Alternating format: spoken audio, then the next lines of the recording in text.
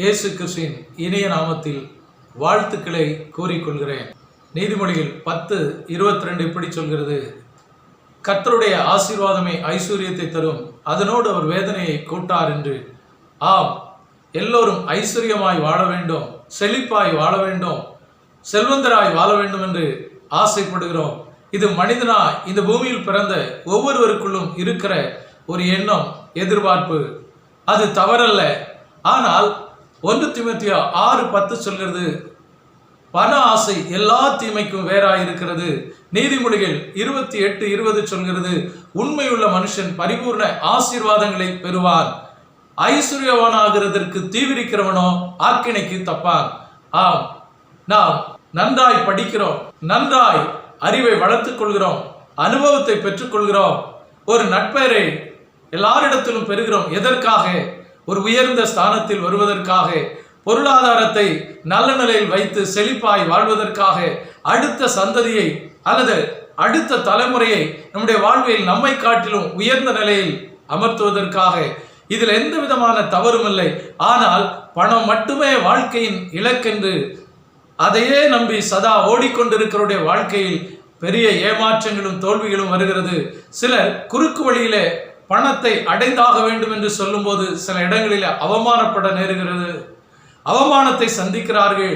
அப்பொழுது மீண்டும் எழும்பி அவர்களால் வர முடியவில்லை. எவ்வளவு பணம் இருந்தாலும் இவர் இப்படிப்பட்டவர் தானே, குறுக்கு வழியிலே பொருள் சம்பாதித்தவர் தானே என்ற ஒரு கெட்ட பெயரை, ஒரு களங்கத்தை அவர் சுமந்திருக்கிறார் அல்லது தாங்கி கொண்டிருக்கிறார். இன்னும் சில இடங்களிலே பணம் சம்பாதிக்க வேண்டும் என்பதற்காக தவறான தொழில்கள், தவறான பழக்க வழக்கங்களில் ஈடுபடுகிறார்கள். இதுவும் அவர்களை கரைப்படுத்துகிறது. இன்னும் சில இடங்களில் மற்றவருடைய ஆஸ்தியை, மற்றவருடைய பொருட்களை வெளியே தெரியாதபடி வஞ்சித்து எடுத்துக் கொள்கிறார்கள். இதுவுடைய வாழ்க்கையிலே சாபமாய் போகிறது. ஆரம்பத்தில் அது நன்றாய் இருக்கிறது, ஆனால் முடிவிலே அது சாபமாய் மாறிவிடுகிறது. இன்னும் சிலர் தன்னுடைய சரீரத்திற்கு ஓய்வு கொடாதபடி பணம் பணம் பணம் என்று ஓடி தன்னுடைய சரீர ஆரோக்கியத்தை, சரீர நலனை கவனியாதபடி வியாதியிலே விழுந்து விடுகிறார்கள். குறுகின ஆயுளிலே மரித்து போகிறார்கள். ஆம், பண ஆசை ஒன்று பெயரை கெடுக்கிறது, ஆத்துமாவை கரைப்படுத்துகிறது, அல்லது சந்ததிக்கு சாபத்தை கொண்டு வந்து சேர்க்கிறது. சில நேரத்தில் நம்முடைய சரீரத்தையும் வேதனைப்படுத்துகிறது. ஆனால் கர்த்தருடைய ஆசீர்வாதம் என்று வேதம் சொல்கிறது என்னவென்றால், அது பணத்தை மட்டும் குறிக்கவில்லை.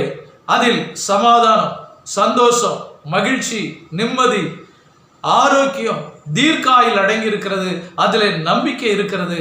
நாம் சரியாய்தான் வாழ்ந்திருக்கிறோம், சரியாய்தான் நேர்மையான பாதையில போய்கொண்டிருக்கிறோம்.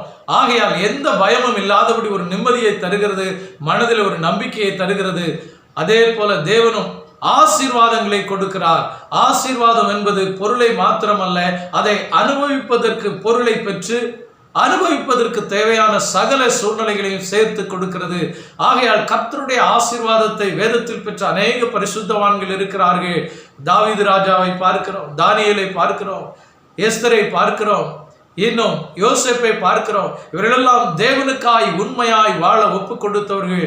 தேவன் அவர்களை கனத்திலும் உயர்த்தி வைத்திருந்தார், பொருளிலும் உயர்த்தி வைத்திருந்தார், அதிகார வாழ்க்கையிலும் அவர்கள் உயர்ந்த ஸ்தானத்தில் இருந்தார்கள். ஆம், கர்த்தருடைய ஆசீர்வாதம் உள்ளே வரும்படியாய் நாம் ஜெபிக்கும் போது, அதற்கேற்ற விதத்தில் வேதம் வாசித்து ஜெபித்து ஒரு நல்லொழுக்கமான தேவனுக்கு பிரியமான வாழ்க்கையில ஒப்பு கொடுக்கும் போது கர்த்தருடைய ஆசீர்வாதம் உள்ளே வரும். முதலாவது தேவனுடைய ராஜ்யத்தையும் அவருடைய நீதியும் தேடுங்கள், அப்பொழுது இந்த உலகத்தில் உயர்ந்து சிறந்து உன்னத நிலையில் இருப்பதற்கான ஒரு சூழ்நிலை அவரே ஏற்படுத்தி தருவார். அதிலே அந்த வாழ்க்கையில நாம் உயர்த்தப்பட்டிருக்கிற இந்த உலகத்திற்குரிய வாழ்க்கையில் கர்த்தரை தான் நாம் முதன்மையாய் வைப்போம். பொருளையோ, ஆஸ்தியோ, கௌரவத்தையோ, வேலையோ அல்ல, முதலிடம் கர்த்தருக்கு கொடுப்போம். காரணம், அதில் தான் ஆரோக்கியம் இருக்கிறது, தீர்க்காயில் இருக்கிறது, தெய்வீக சமாதானம் இருக்கிறது.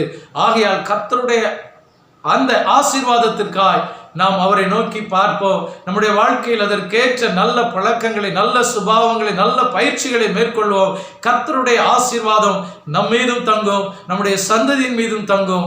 நாம் ஒரு மெய்யான சமாதானத்தோடு கூட இந்த பூமியிலே வாழ்வோம். அப்படிப்பட்ட வாழ்க்கையை தேவன் உங்களுக்கும் எனக்கும் தருவாராக. ஜெபம். நன்றி ராஜா, இந்த நாளுக்காக உம்மை நோக்கி பார்க்கிறோம். பணம் அவசியம், பணம் இல்லாமல் ஒரு காரியத்தையும் செய்ய முடியாது இந்த உலகத்திலே. ஆனால் அதே நேரத்தில் உம்மை சார்ந்து கொள்ளும் போது கர்த்தருடைய ஆசீர்வாதம் ஐஸ்வர்யத்தை தரும். உம்முடைய பாதையில் நின்று, நீதியின் பாதையில் பயபக்தியோடு நின்று பொருளீட்ட உதவி செய்யுங்க. அதிலே சமாதானம், சந்தோஷம், மகிழ்ச்சி, ஆரோக்கியம் இருக்கிறது. ஆமாண்டவரே, ஒருவேளை ஆரோக்கிய குறைவு இருந்தால், ஒருவேளை போராட்டங்கள் இருந்தால், சமாதான குறைவு இருந்தால், கர்த்தருடைய ஆசீர்வாதம் உள்ளே வரும்போது அது குறைவுகளை நிறைவாக்கும். காரணம், அவர் நிறைவானவராகிய தேவன் உள்ளே வரும்போது எந்தெந்த பகுதியில வாழ்க்கையில் குறைவு காணப்படுகிறதோ அந்த பகுதியின் குறைவுகள் எல்லாம் அவர் நிறைவாக்கி அதிலே ஒரு தெய்வீக செழிப்பை கட்டளையிடுகிற தேவனாய் இருக்கிறீர் என்று பார்க்கிறோம். அந்த ஆசீர்வாதம், அந்த ஆரோக்கியம், அந்த சமாதானம், அந்த செழிப்பு, தீர்க்காயில் எங்களுக்கு வேண்டும், எங்களுடைய சந்ததிக்கு வேண்டும். தேவரீர் கொடுத்து ஆசீர்வதிங்க, எங்களுக்கு தரும்படியாய் உம்மை நோக்கி பார்க்கிற இந்த சத்தத்தை கேட்கிற, இணைந்து ஜெபிக்கிற ஒவ்வொரு பிள்ளைகளுடைய வாழ்க்கையிலும் குடும்பத்திலும் தேவ சமாதானம், சந்தோஷம், மகிழ்ச்சி, தெய்வீக ஐஸ்வர்யம், ஆமென், ஆசீர்வாதங்கள் தங்கி இருப்பதாக இயேசுவின் நாமத்தில் ஜெபிக்கிறேன் நல்ல பிதாவே. ஆமென், ஆமென். May God bless you.